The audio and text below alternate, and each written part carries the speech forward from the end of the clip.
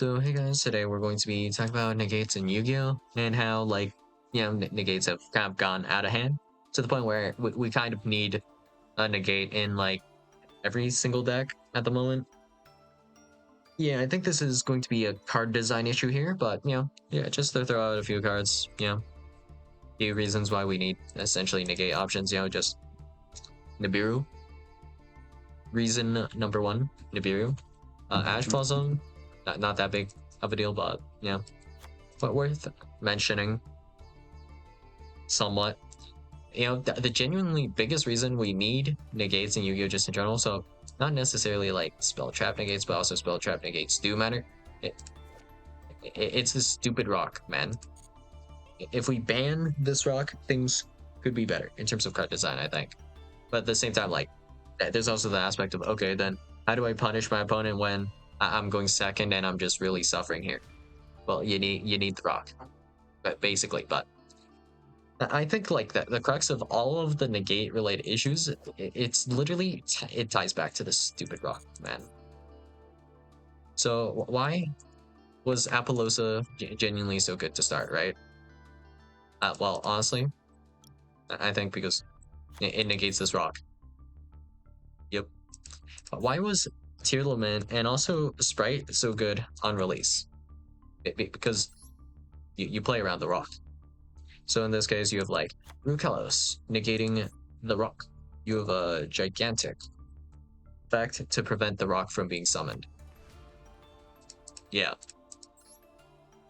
I think most things we just tie back to the rock, like why you need whatever kind of negate to start, right?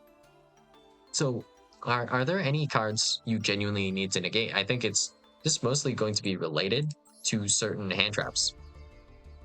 And aside from that, like, you wouldn't really need a negate too hard. In fact, like, negating your opponent's like monster effects, it's only necessary in some cases. It's not necessary in every case. Like, how much can you really do with just the monster? Is there any monster that my opponent can set up that I need to negate? Like, in some cases, maybe a little bit, but I don't think there's anything that bad. But let's look for anything recent. So let's see, we can go by, I think it's default, or is it something else? Default, and then if we go up here, what's this? What is this order actually? I have no idea. Let's go by, is it rarity? But the other way, I think. Which filter was this? No. Wait. That's not the right order either. Yeah, I can't figure out what you're supposed to do to figure this out, but let's go with some filters then. So let's go UR, affect monsters, and that'll help us narrow it down a bit. So what do I actually need to negate here? So is there any effect that is actually genuinely that threatening that I actually have to negate? So with this deck, you're essentially trying to turbo out Speeder, right? Junk Speeder. That's about it, right? So assuming we drop Junk Speeder here, we don't even need to negate here. Is this only special summons Synchron Tuners, right? And do they activate their effects? I guess they do. I don't think that there's like any Synchron Tuners that activate anything like especially terrible here. So to stop Junk Speeder from resolving, I mean, we can just prevent our opponent from summoning Junk Speeder in the first place. So if they have guys that add up to level 5, we can just remove them from the field, right? And yeah, that's good enough. Yeah, genuinely. Any reason we need any monster negates or anything here? Not really, right? Hell, even like against Ash Blossom Spring, we don't really need a method to negate Ash Blossom Spring anymore, like at all. Well, I mean, some decks would appreciate it. So it's a small amount. But with Ash Blossom Geospring, just for example, like Mathemax Circular, if we want to do a certain Cyberse line, it's completely unstoppable by Ash Blossom Geospring, and the simple idea is just to send a Spell Trap Negate, I guess. So sending the Sevworm, you go into Terahertz. If we start from Mathemax Circular, there is not a single point where you can Ash this if we search like forget the name, but like the Mathemax Reborn spell. If we just grab that instead of going for like the trap line, genuinely no point where Ash Blossom does anything to that line. Actually, kind of disgusting. And if you were to save Ash Blossom for Terahertz can just do the send effect for the Sevworm the next turn. So yeah, that's a line. Insane combo line right there. For Speeder, technically, you don't have to negate this, you can just prevent this from being summoned in the first place. And then if your opponent does summon this, I mean, if you're going second and you allowed this to resolve, if you don't have like Ash Blossom or Nibiru, then this just ends on like a dumb amount of Omni negates. Yeah. So let's see, what was the name of this card again? Like Revolution Synchron? Isn't this like an additional negate, I think?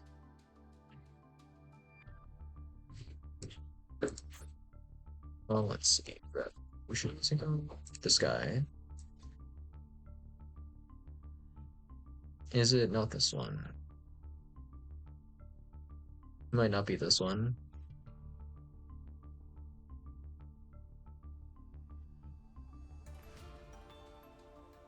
I think there was some synchron though that allowed you to whenever you banish a card, you can special summon it. Like you banish one of your like Cosmic Blazers for cost or whatever. You can kind of like special summon it from the banish, and then use it again because it's not hard once per turn. There's some card like that. I think it's synchron related. Don't 100% remember what card that was, but yeah, that's a card that exists. All right. But yeah, so it's like, how many Omni Negates did you drop here?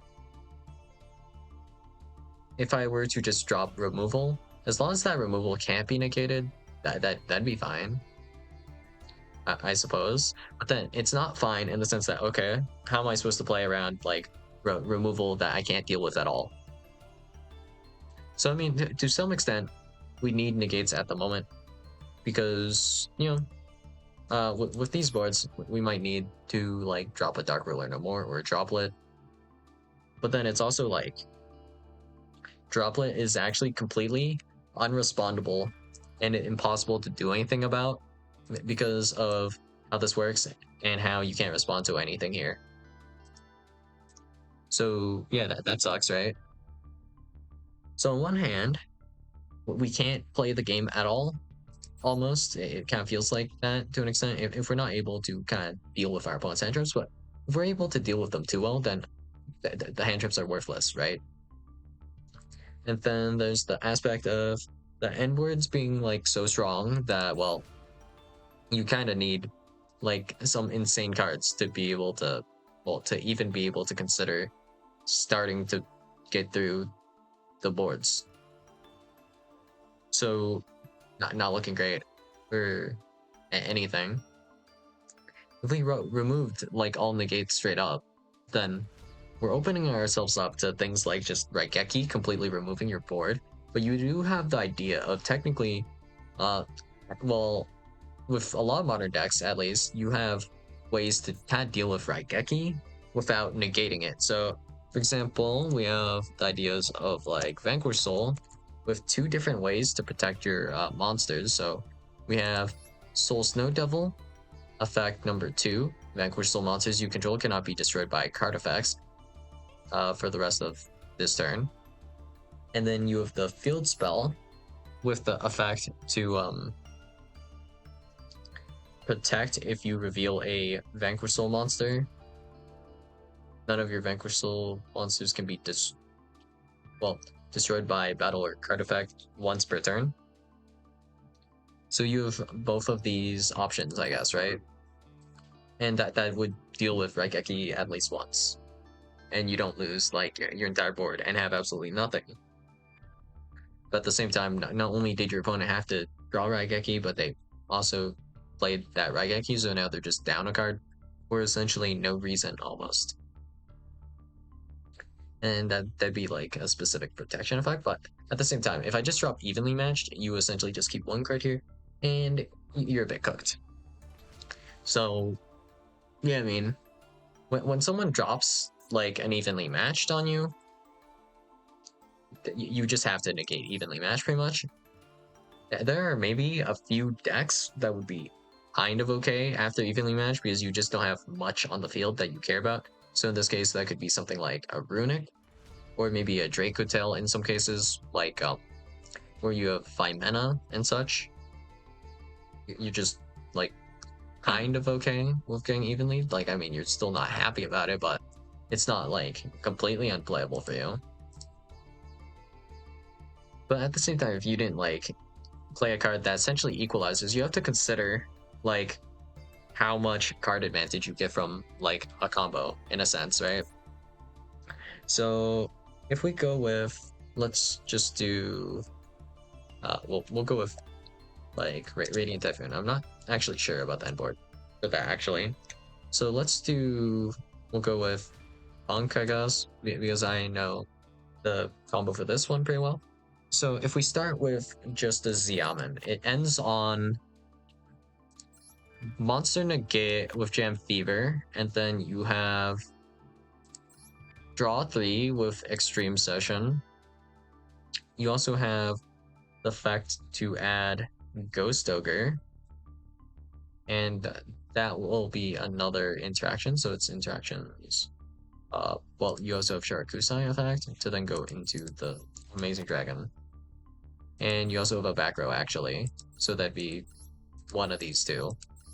So that's how many interactions, actually? Dangerous Kaboom, I guess. We'll go with that one. So that'll be off of just pretty much normal summoning Xiamen. That will be 1, 2, 3, 4 interactions, like somewhere around there, like 3, 4 interactions, relatively high quality ones, I suppose. And then in some other cases, it goes all the way up to like 8 interactions. Usually it's hanging around 6 or 8, genuinely. But with all the draws you're doing here, and the fact that this is a 1-card combo, you probably do have enough interactions to be somewhere between 6 or 8. Yeah, that's usually how it goes. And then, well, I mean, because you're doing a 1-card with Punk here, that means you don't have a second Punk card, meaning your hand has to be filled with essentially other interactions or hand traps, like that type of stuff. That's usually what that would mean. So yeah, that's going to be a lot of interactions there, and if you don't have a way to like equalize that, then you have, for every single card you're attempting to resolve, there's going to be something to prevent that card from resolving for whatever reason, just in general, right? And that would be assuming you open like just pretty much all engine. And if you did open all engine, well, nothing's resolving essentially because your opponent has nothing but like interactions for all your cards. So I think the best play personally right now, instead of like having a bunch of like board breakers and negates, and it's just really dumb RNG. So you're essentially playing draw the out simulator here. So it's not that different from like playing against stun at some point, right? So I think that this is really where the comparison comes from. So if we have essentially stun, so we'll say stun as playstyle deck, let's say Man with a Mark, right? This deck just essentially negates everything you do. So you drop the Man, and then you drop this guy, and then you drop maybe a drill beam as well. This is pretty frustrating actually. But you drop this, you drop some Solemns, you have some Dominus cards as well. Well, now we're just really testing, like, okay, so you have the man. Now, did you draw any of your bricks? Did you get any of these cards? Do you have Solemns for, like, my back row removal or whatever? Do I even have back row removal in my deck? That's what we're really comparing here. It's just checking if you have certain cards in your deck rather than an actual rule, honestly, to an extent. You know, you might as well be well, if you enjoy this guy gameplay, maybe you should try finding like something to register, you know, like do you have the appropriate paperwork, you know, that kind of vibe. But you know what, at least with like some of the paperwork and registration type stuff, you have control over having your documents or not, you know. But here in this case, it's just RNG if you actually have the appropriate cards to deal with this. So let's say to deal with all of this nonsense, the only answer we have is really red reboot. So it's like, you got the red reboot, yea or nay. And then second check, do you have the solemn for the red reboot, yea or nay? If have solemn equal lose, if no solemn equal win. Pretty much that's what the game simplifies to here, right? And the only difference here is there's just no combo involved to set up the board. Yeah, it doesn't really mean that this deck is not degenerate. I mean, it's just really degenerate, if you ask me. But even like putting the Dominus cards aside is still really obnoxious and unfun playstyle, right? So if we were to then do the same with combo, and we have just like, in this case, I think it's like 6-8 interactions or something like that with the Dominus plus man cards. It'll usually hang around that much, and I guess like, yeah, Solemns do. So all this stuff, kind of nonsense. It's just rough to deal with. And it's not really fun to play against because, you know, if you do have the out, then your opponent legitimately can't do anything about the out, right? But if you don't have the out, you can't really play at all, right?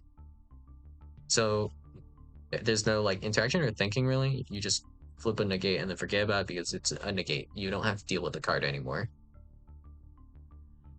But if we want to be like a little bit more interesting, you know, we have ideas of stuff like to make cards like more possible to deal with. Maybe just the raw negate and not even negate destroy would be a lot less harmful in some cases. But with well, technically with the man cards, Apophis doesn't destroy, it only negates, right? Not this one, but this negates and then does not destroy, but it negates for the whole turn, so it might as well be destroyed. Pretty rough and pretty annoying to deal with. But yeah. If you have only one interaction for every single card, that's not going to be too problematic sometimes because now in Modern at least, you have the idea of your cards doing so much that they have multiple effects. So now if you have an interruption for every single card in my hand, that's actually just not enough interruption. So maybe you have to think more on your interruption. Maybe there is actually a chance for me to play going second. That's mostly the hope at this point. But also that just means like decks like this are not going to be that efficient unless you just pump out more negates to negate more effects, basically, or you just floodgate and then just protect the floodgates, which is probably the next step that this deck would go. Like after like it gets power crept out, I can totally see this deck just being used as a method to protect floodgates if it's not already being used like that already. I think some people might be playing some stuff like maybe Mistake with Man. And in those cases, I mean, it's like, yeah, not really fun to play against or anything like that.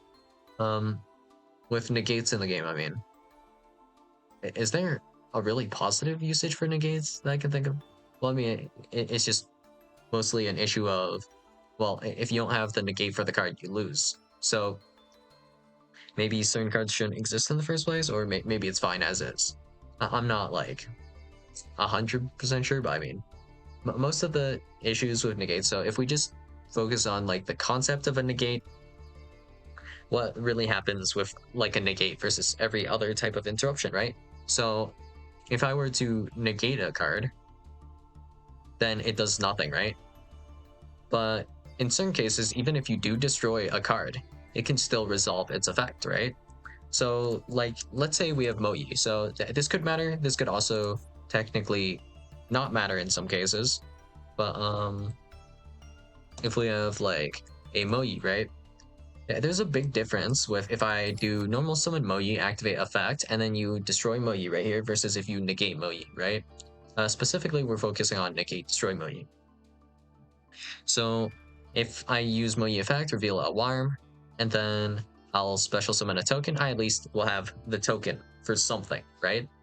But if you were to fully, more or less, erase the Moyi from existence, pretty much, with like negate destroy, negate banish, whatever, then I just have absolutely nothing afterwards. In the case where a card like interacts in the sense that, I mean, with destroy, you're still stopping my ability. Well, you're preventing my ability to go into yugioh, but I still will have the opportunity to maybe, in this case, let's say special summon a level 4 Tenyi to then attempt to make yugioh again. But once again, you just drop another interaction and then maybe remove the token or remove my Tenyi, whatever the case. Then there's still like more opportunity to play the game versus if we just did a raw negate, right? And yeah, I mean, this is why I think, in general, like negates are just the least interactive form of gameplay because it's just fully saying no. Like I don't want to play, almost, you know, that kind of vibe. Even if we're not going off of just vibes alone, I mean, whenever you negate a card, there's just nothing your opponent can really do about it. Even in terms of like if you have some other cards to play, the card will still be negated. So we'll say something like a Baron, okay? So let's say you have a Baron, and then I'll just summon whatever monster. So it doesn't matter, I guess. So we'll just use, well, once again, it'll be Moyi for this example, I guess, right? So let's say we go Moyi 1, and then you go Baron, Chainlink 2 to this, right? Or actually, it'd probably be better off if it wasn't Moyi. So let's say instead it's, we'll go with Aluber, okay? So Aluber, Chainlink 1, Chainlink 2, Baron, and then with Despia, there's actually Comedy, right? Doesn't this have an effect? Not this effect actually, but similar concept, I guess. So let's say we have a way to remove Aluber off the field. So let's say we have branded in red, right? So we have branded in red, maybe chainable. So let's say maybe to start, we did Foolish Burial, Tragedy. Tragedy grabs us Aluber, normal summon Aluber, or maybe we branded opening to pitch something that we can grab off of branded in red, whatever the case. Then we go Aluber effect. Our opponent goes ahead and chains like Baron. So maybe this is an optimal usage for Baron, but whatever. Baron negates the Aluber here, so even if we chain branded in red, this still won't resolve, right? But if we were to like remove Aluber off the field with branded in red versus some other card that's like targeting it, then that it would still resolve. So the Baron type negate, I think, is the absolute worst because there's just no way to really interact with it because that card's just not resolving, period, no matter what you do, unless you negate back. So you have to essentially trade negates. So it's trading kind of like 1-for-1. So the same idea applies to like if you were to go like Act Blossom, Maxi, Called By, all of those interactions are just like trading cards and you're just trading down cards and it's not really fun, not really interesting. It's just, and then nothing's really happening. Like something's technically happening in the sense that you're activating Ash Blossom, you're activating Maxi, you're activating the Called By, but at the same time, like is anything really happening? No, it's not. Nothing happens at the end of that chain, you know? That's what happens. So yeah, interaction is kind of called interaction because things are happening, right? So when you negate a card, I almost don't even want to call it an interaction because it's like the opposite of an interaction basically. You're just shutting things down. So with like yugioh, at least that'd be like a targeted negate, which is a little bit more interesting. But in cases with like something like a Baron, where you're responding directly to a certain card effect and negating that card effect, that's about as boring as it gets. So Apollosa, in that sense, kind of deserves to be banned, but it actually genuinely had a place in the game still somewhat. Kind of irritating regardless, though. So, yeah, that's all I got for you guys today, and I'll see you guys in the next video. Bye.